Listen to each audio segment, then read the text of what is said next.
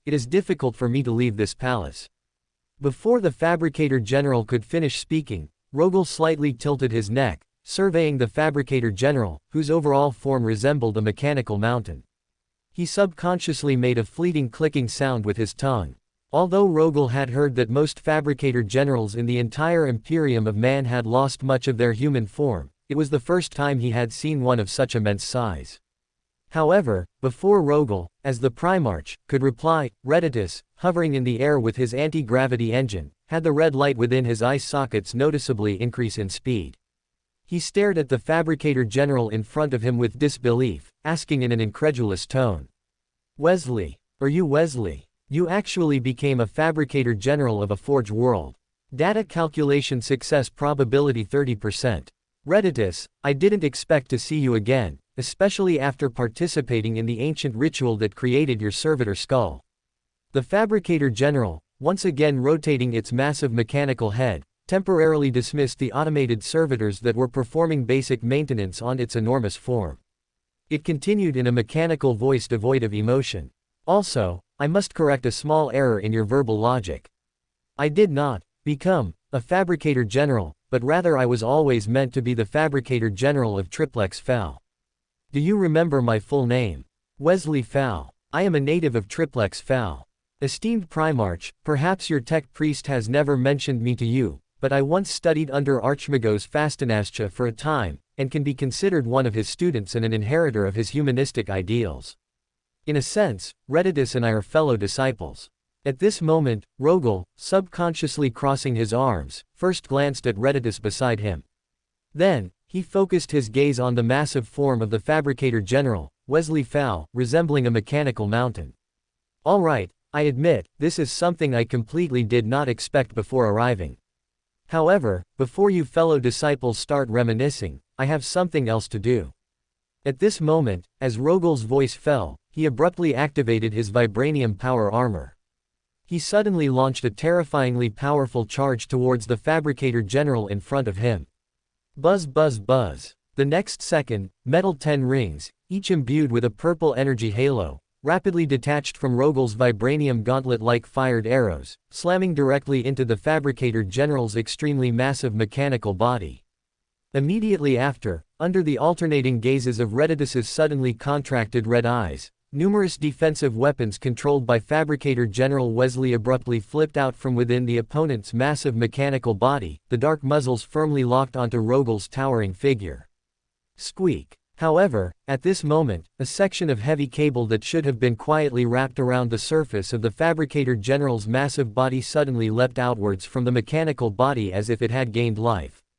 This sudden change not only shocked Reditus. In fact, even Fabricator General Wesley, who had subconsciously activated defensive weapons to target the Primarch's attacking movements, felt a long-lost sense of surprise. Because that section of heavy cable, jumping and hopping around, was not a basic construct that it had installed on its massive mechanical body. Chi. In an instant, metal 10 rings, each carrying a piercing shriek, heavily bombarded the heavy cable that was trying to escape, completely destroying the terrifying form that it had rapidly transformed into a basic humanoid shape. Z. As wisps of chaotic energy continuously dissipated from within the sparking heavy cable, an extremely faint stench rose into the air. Omnizaea be praised. I was wondering why the meticulously constructed mechanical body kept having unsolvable operational problems. Primarch, what exactly is this thing? A chaos demon. At this moment, the Fabricator General Wesley's deep voice once again echoed throughout the room. The sound was as loud as thunder. Tech gremlins. Existing only in ancient legends of the Adeptus Mechanicus or in obscure files that the Inquisition cannot find. One of the warp entities that can disrupt machines or manipulate them for evil. However, compared to the nearly endless hordes of chaos demons in the warp, the adverse effects these gremlins can cause to the material universe are actually limited, and they cannot even corrupt much with the power of chaos. Therefore, most of the time, tech gremlins acting as spies are identified by the machine cultists as some kind of irritable machine spirit. However, the gremlins, which are almost everywhere in the material universe, also have a master. But the master of these little things is neither a demon prince nor born from the 4 great dark gods. It has its own sphere of influence in the warp,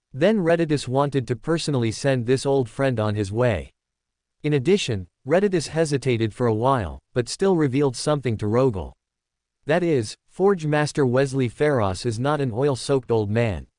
When Reditus first met her, she was still a young oil-soaked girl with a flesh and blood body, and she didn't have the terrifying appearance that far exceeded human imagination.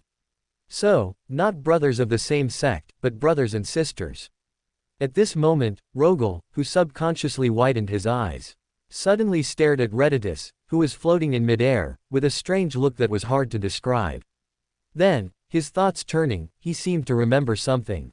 A hint of rare reminiscence and melancholy flashed vaguely across his bronze face.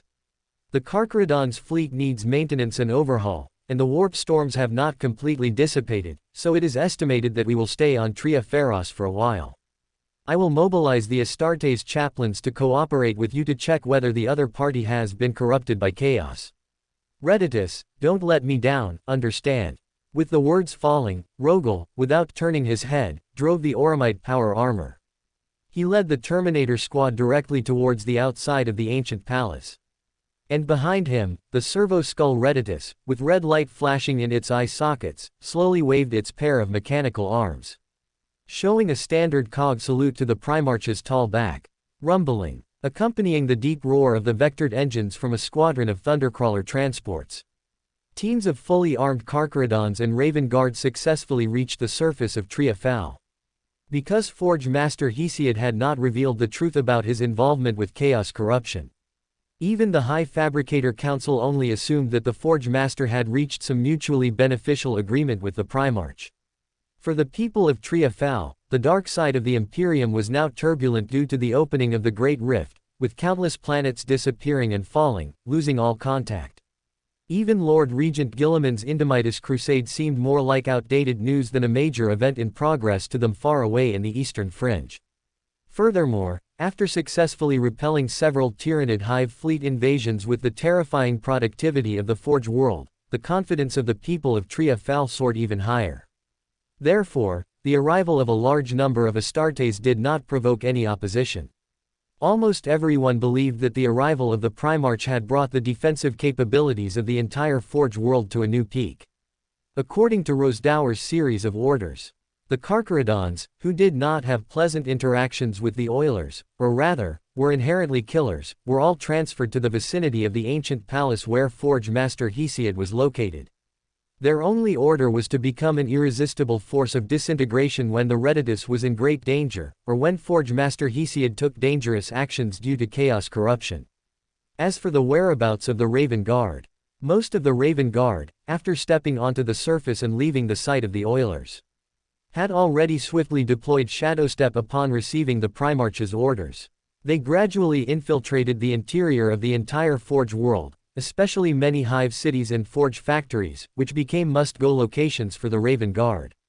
Because Rosdower believed that the mysterious, unknown chaos monsters were definitely not isolated cases, the Raven Guard would search independently, or mobilize the local people of Tria Pharos, and thoroughly clean up the entire Forge world based on external phenomena such as mechanical failures and the innate fear of chaos energy towards the Emperor's blood.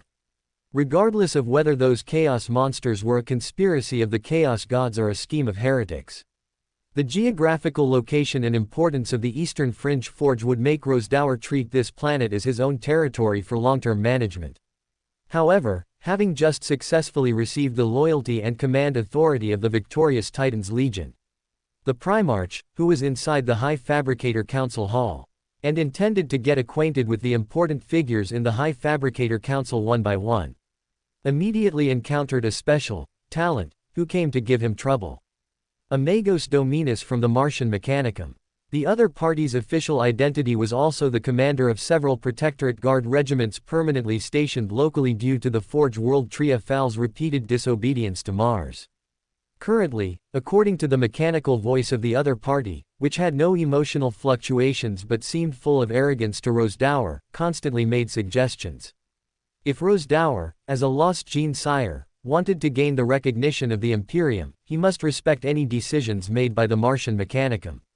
At the same time, he needed to order Tria Pharos, in the name of the Primarch, to hand over the precious STC templates and technological blueprints unique to the Forge world that should have been handed over to Mars. However, as soon as the other party's voice fell, Rosdour, who subconsciously rubbed his chin with his vibranium palm and blinked his eyes several times in a row, could not help but ask the other party to repeat all the words he had just said again. Dong, dong, dong. Unfortunately, before this Martian Magos, who may have even mechanically modified his central nervous system, could completely react, the massive Carcharodon's chapter master Tyberos immediately launched a terrifying charge towards the other party in ancient Terminator armor, under the hint of Rosdour's increasingly indifferent bronze face. In the next second, several Tria Fal Magos Dominus also quickly raised their mechanical palms. They used invisible binary virus code to continuously bombard the firewall inside the Martian Magos, firmly imprisoning the other party in place. Kacha. In an instant, a lightning power claw emitting a bright blue disintegration field forcibly penetrated the energy shield automatically activated by the Martian Magos. Tyberos's incomparably violent offensive also completely chopped the other party's entire mechanical body into a large number of scattered metal parts. Everyone, the Magos Dominus from Mars has unfortunately disappeared due to the warp storm. The Forge World Tria Fal has also paid a great price in personnel losses to find the other party's whereabouts, and ultimately had to stop the long rescue operation. May the Omnisaea bless the other party's soul. Now, I have finished speaking. Who agrees? Who opposes? At this moment, Rosdour, who slowly activated his vibranium power armor and stood up, scanned all the Magos Dominus present with his emotionless eyes. Even the pair of vibranium wings located behind the power armor seemed to flap slightly towards the surroundings, making Rosdour's terrifying aura even more profound. Immediately afterwards, Chapter Master Tyberos, who seemed to have crushed a mechanical cockroach with ease, also reactivated his ancient Terminator armor and stood quietly beside the Primarch again. The Omnisaea be praised, the Primarch's decision is our decision, without any regrets. At this moment, the several Magos Dominus who had already taken action took the lead in standing up and bowing slightly in the direction of Rosdour. The other few Magos Dominus who fell into silence, after staring at the Terminator guard in the distance and the Astartes chapter master beside the Primarch. Their data processing systems desperately spinning, they also quickly stood up and became one of the Primarch's staunch supporters. Thus, at the cost of the life of a Martian Magos Dominus, Rosdour became the true Forge Master of the entire Tria Fal in a very short period of time, rather than issuing orders based on the command authority bestowed by others. At the same time, he also took the opportunity to win over the Magos Dominus in the High Fabricator Council. Soon after, the several Protectorate Guard regiments originally belonging to the Martian Magos Dominus were divided up by the entire High Fabricator Council in the name and order of the Primarch. The Mechanicum Oberon-class battleship that once belonged to the Martian Magos Dominus also became a possession of the Primarch's fleet. In fact, if that unlucky Martian Magos had not jumped out at the first moment, Rosdour, who had made a promise to Forge Master Hesiod, would not have had to resort to such a swift and radical approach. However, the Emperor is far away in the dark side of the Imperium now. Even if the Martian Mechanicum obtains the news, it will be a long time later. And by then, perhaps Primarch Rosdour, who has personally met Lord Regent Guilliman and successfully awakened the Lion, can completely disregard the accountability from Mars.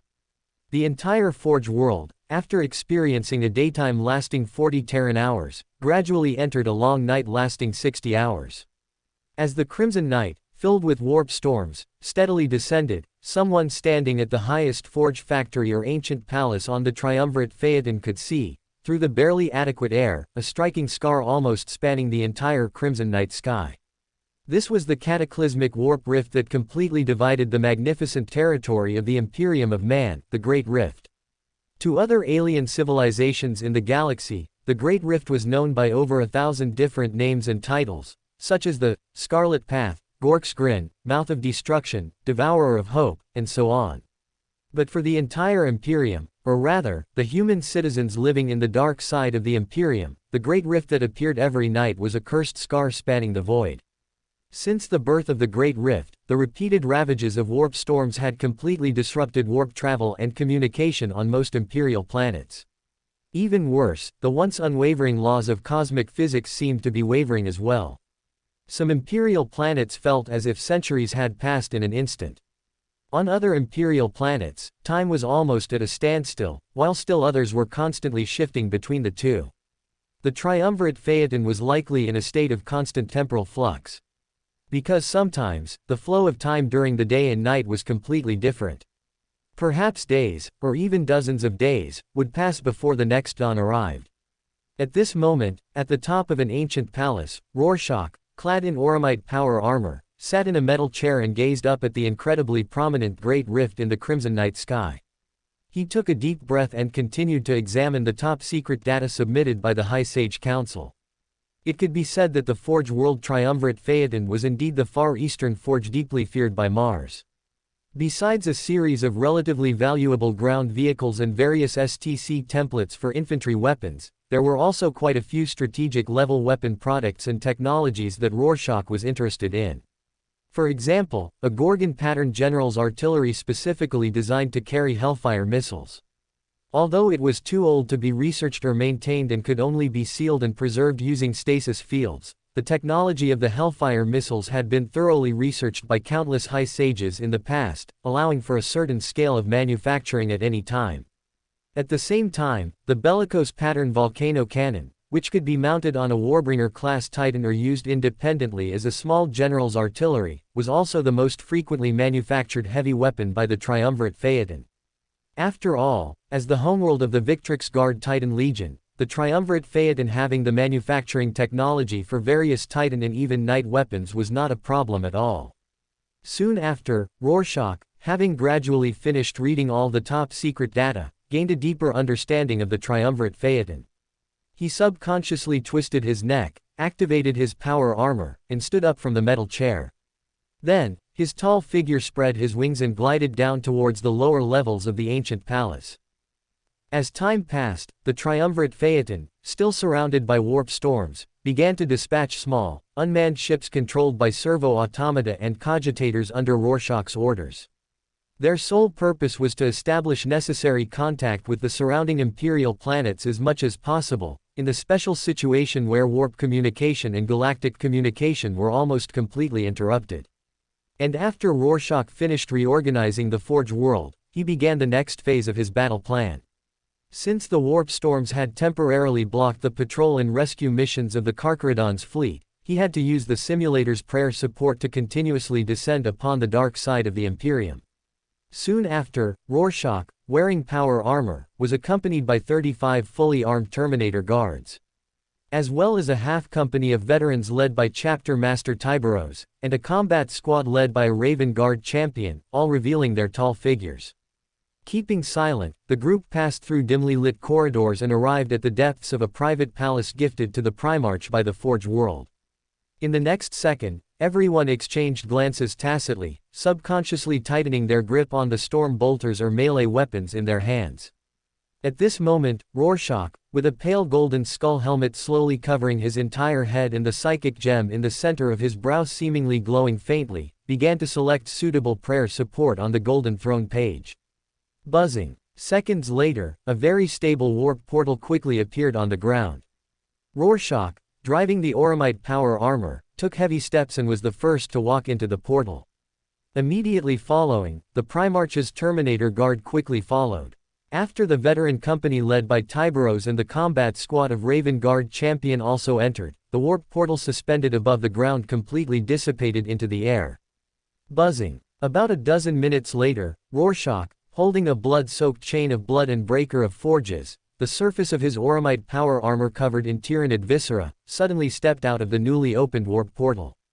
Subsequently, 33 Terminator guards, as well as Tyberos and the Raven Guard champion, also covered in purple blood, gradually stepped into the private palace, leading a combat team that had lost several Astartes brothers.